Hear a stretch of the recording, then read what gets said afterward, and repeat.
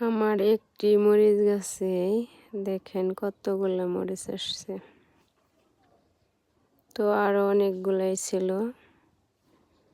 ভেবেছিলাম পাকার পরে উঠাবো।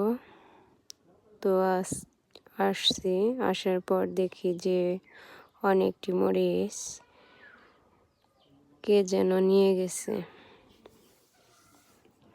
তাই কাঁচাতেই আজ সবগুলা উঠালাম। তো এখনো হয়তো আধা কেজির মতো হবে।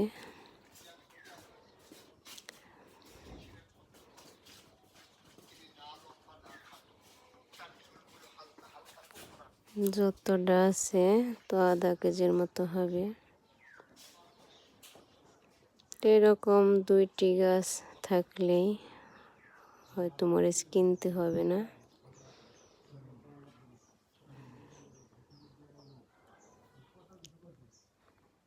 তো এরকম ভাবে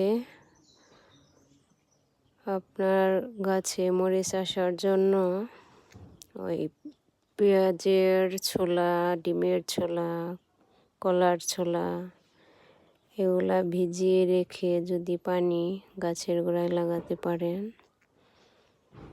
তো একটি গাছেই 3 পোয়া, আধা কেজি অথবা 1 কেজির মতো মরিচ হবে। গাছও অনেক লম্বা বা বড় হয়, আর মরিচও অনেকগুলোই আসে।